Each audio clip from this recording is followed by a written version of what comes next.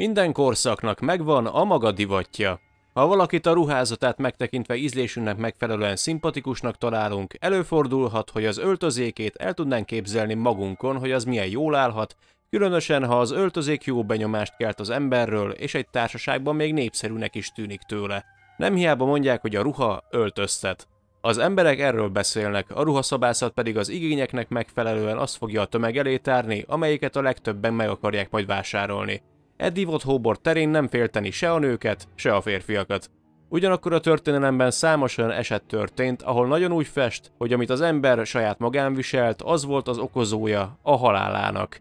Ebben a videóban most a leghalálosabb női divatokat fogom bemutatni. Tartsatok velem!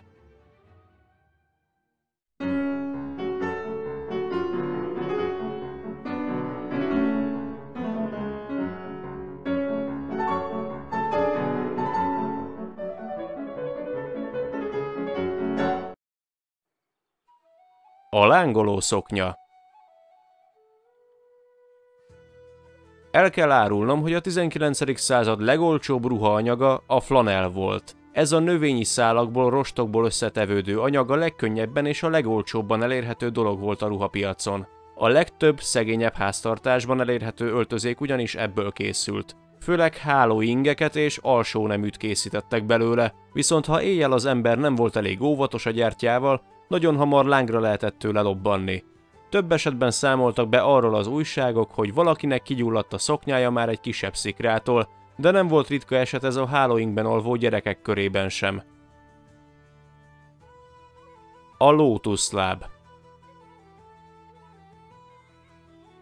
Az ókori Kínában elterjedt szokás volt a nők körében az úgynevezett lábkötés. A módszer Liu császár udvarában terjedt el, ahol egy táncos nő az uralkodó tiszteletére az újhold alakjára formálta a lábfejeit, és egy olyan táncot mutatott be, amiben jellemzően csak a lába ujján lépkedett. A lábkötés valójában nem más volt, mint a lábfej szilánkosra törése, amit már 4 éves kortól elkezdtek a lányoknál rendszeresen csinálni, a törött lábfejet pedig úgy kötötték be, és addig törték el újra, míg pata alakot kezdett felvenni. A lótuszláb elkészítése során rengeteg lány halt meg azért, mert a törés során keletkezett sebek elfertőződtek. Aki esetleg túlélte, az egész életében szenvedhetett a lótuszláb egészségügyi következményeitől. A lábfejük soha nem lett már a régi. A rizsporos paróka. A paróka viselete a kora újkori Európában vált népszerűvé, miután az ókori Rómában teljesen kiment a divatból. Közel egy teljes történelmi korszakig fel sem merült, hogy ezt bármikor is viselni kéne, ám mégis nagyon egyszerű oka volt. A 17.-18. századi uralkodók között bizony voltak, akik kopaszodni kezdtek, és ezt elkívánták rejteni. Ilyen volt első Erzsébet angol királynő, majd 13. Lajos és 14. Lajos francia király. A rizsporos paróka a 18. századra lett nagyon népszerű az arisztokrácia férfi és női tagjai számára. A hölgyek különösen nagy és bonyolult hajpótlék koronákat hordtak a fejükön, amik előkészítése több órát vett igénybe egy nap. Ezért ezeket a fejdíszeket szinte sohasem mosták meg. Reggelente órákon át igazgatták, a kellemetlen szagok elhessegetése érdekében rizsporral és parfümmel fűszerezték meg, de a fejékek viaszolásától sem riadtak vissza a tökéletes eredmény érdekében. Mivel sosem mosták őket, ezért rengeteg parazitának adtak otthont, főleg tetveknek, de vannak feljegyzések arról is, hogy egy-egy nagyobb műhaj koronában egerek bújtak el. Na, innen már szép fertőzéseket lehetett összeszedni, amik egy ilyen nem túl higiénikus helyzetben akár halálosak is lehettek. A zöld ruhák. Az 1800-as években már javában használtak mindenféle festékanyagot ahhoz, hogy a ruhák színesek legyenek. A zöld színhez viszont arzént használtak, amiről ma már tudjuk, hogy igencsak mérgező és rákkeltő anyag. A párizsi zöldként ismert festékszín volt az, amit töményen ezt tartalmazta. A függönytől egészen a női dresszekig minden ruhaanyagot festettek vele. Ez a zöld divat egészen addig tartott, míg az orvosok összefüggést találtak abban, hogy a zöld ruhát viselő nők előbb meghalnak. Ezeknek a ruháknak a tünetei a következők voltak: erőteljes fejfájás, bőrkiütés, bőrhámlás, bőrsebesedés, és ezek mind előbb-utóbb elvezettek a rákhoz. Ha ez nem elég, a viktoriánus Angliában arzénfestékkel festették le a szobák falait, a legtöbb háztartásban, sőt, ha ez még nem elég, árultak olyan arcszépítő krémeket is, amiknek fő összetevője szintén az arzén volt. A magas talpú cipő. Hölgyek körében a mai napig népszerű a megfelelő alkalmakhoz magas sarkú vagy magas talpú cipőt felvenni.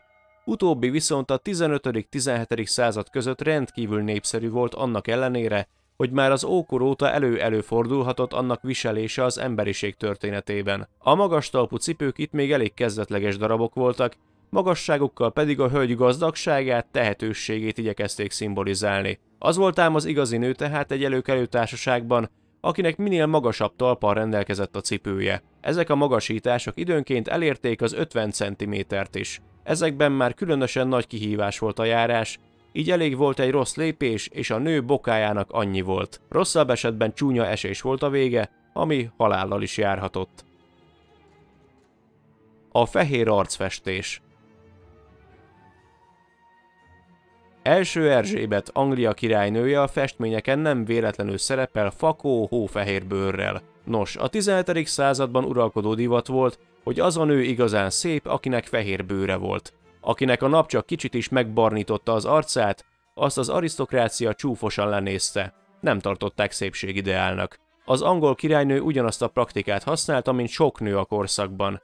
Fehér ólomfestéket kent orcájára, ami lássuk be, lehet, hogy jól lefedi a kívánt részt, de ugyanakkor hihetetlen módon mérgező. Eleinte a viselőjét fejfájás gyötri, majd elkezd aztán hullani a haja, emésztési gondok lépnek fel, a fogak elkezdenek kihullani, majd bénuláshoz és végül halálhoz vezet. Erzsébet csak úgy, mint a többi nő, aki nem tudott a szépség érdekében letenni erről az arcfestésről, mind erre a sorsra jutott. A fogfesték. Délkelet-Ázsiában, a csendes-óceáni szigeteken, Japánban és Délkelet-Kínában jellemző volt az emberekre, hogy valakinél látták, hogy a fogai feketék. Akkor bizony ő egészséges, szép és gazdag arisztokrata családból származik. Legalábbis így gondolták a 200-as években. Japánban a fekete fogfestést vasbázisú fekete festékkel valósították meg, amit a hatás érdekében meg kellett inni. A kellemetlen íze miatt időnként fahéjjal vadították, amit gyontába kevertek, hogy iható legyen. Minden ember szervezete másképp reagált a fogfestékre, legszélsőségesebb esetben halálhoz vezetett. 1870-ben tiltotta be ezt a szokást a japán kormány, így nagyon hamar kiment a divatból. A fűző. Bizony, a nők sok mindennel elégedetlenek voltak a történelemben, főleg a derekukkal. Ugyanis a 18.-19. századra már az számított szép nőnek, akinek minél karcsúbb volt a dereka. A fűző azt a célt szolgálta, hogy a hölgy derekára szorosan rákötve, rászorítva összéphúzza a derekát, és attól karcsúbbnak látszik. Úgy tartották, hogy minél tovább hordják, előbb-utóbb nem is lesz rá szükség. Na most a fűző okozott valóban maradandó eredményeket. Köztük azt, hogy a viselésekor a nők gyakran elájultak, mert akadályozta a vérkeringésüket. Ez még a kisebbik rossz volt. A fűző ugyanis elmozdította a belső szerveket a természetes pozíciójukból, ami belső vérzéshez vezetett. Ezen kívül még 100 halálos végkimenetelű szövődmény köthető a fűzőviseléshez, amik közül a legismertebb a bordatörés, az emésztési zavar, a székrekedés, a melankólia és a hisztéria. A borda eltávolítás. Ha már fontos volt a karcsúság, különösen a viktoriánus kori Nagy-Britanniában, ott a nőknél az orvosok még kifejezetten tudták ajánlani a borda eltávolító műtétet az eredmény érdekében. Úgy igyekezték elérni, hogy a nőknek darázsdereka legyen, hogy a lengőbordákat leoperálták. Azzal kapcsolatban vannak kételyek, hogy ez mennyire lehetett egyáltalán gyakori eljárás, és hogy egyáltalán ilyen történhetett-e. Minden esetre arról vannak orvosi feljegyzések, hogy néhány esetben valóban hajtottak végre ilyen műtéteket, de annak általában az volt az eredménye, hogy a kés alá feküdt nők lassan gyógyuló, csúnya hegeket hordtak a műtét helyén, amik soha se gyógyultak be rendesen. A lengőborda hiányával a testtartásuk gyengült, és a belső szerveik kilettek téve azoknak a fizikai ártalmaknak, amik ellen védtek a lengőbordák. A legrosszabb esetben, és ez volt a gyakoribb, hogy a nők sebei elfertőződtek a műtét után, és rövidesen belehaltak. A krinolin. A krinolint, vagyis az abroncs szoknyát 1856-ban találták fel. Nagyon népszerű és elterjedt viselet volt a hölgyek körében, azonban szerteágazó méreteivel potenciális veszélyforrás volt a 19. század második felében. Csaknem 3000 nő halálát okozta a krinolin. A ruha ugyanis elég nagy volt, ráadásul az anyaga miatt gyúlékony. Egy kószaszikra vagy egy eltévedt gyertya megint csak képes káoszt okozni, hát még az, ha a viselője rosszul lép le a lépcsőről, ám ha az áhított hölgy erős szélben tartózkodik a szabadban, olyankor különösen életveszélyes az abroncs szoknya, hiszen a szoknyába kapó szél a viselőjét könnyedén leveheti a lábáról a szószoros értelmében, és csúnya esés lehet a vége. A sugárzó szépség. Azzal, hogy Marie Curie 1898-ban felfedezte a rádiumot, rögvest egy népszerű alkotóeleme lett a szépségápolási termékeknek a nemzetközi piacon. A legelterjedtebb Franciaországban volt, ahol megvetette lábát az első radioaktív szépségápolási brand, a Toradia. Gyártottak ők parfümöt, krémeket, arcpúdereket és persze rúzsokat, amikben mind szerepelt alapösszetevőként a tóriumklorid és a rádium. Angliában a Radior nevű cég szintén ugyanilyen termékeket adott el, és azt a jótékony hatást tulajdonították a rádiumnak, hogy energiával tölti fel az emberi bőrt. Holott ez nem így van. A rádiummal szennyezett termékek ugyanis kivétel nélkül hányást idéztek elő, majd a rendszeres használat vérszegénnyé tették, rosszabb esetben belső vérzést okoztak, hosszú távon pedig rákhoz vezettek. Ti milyen furcsa szokásról hallottatok még a történelemből?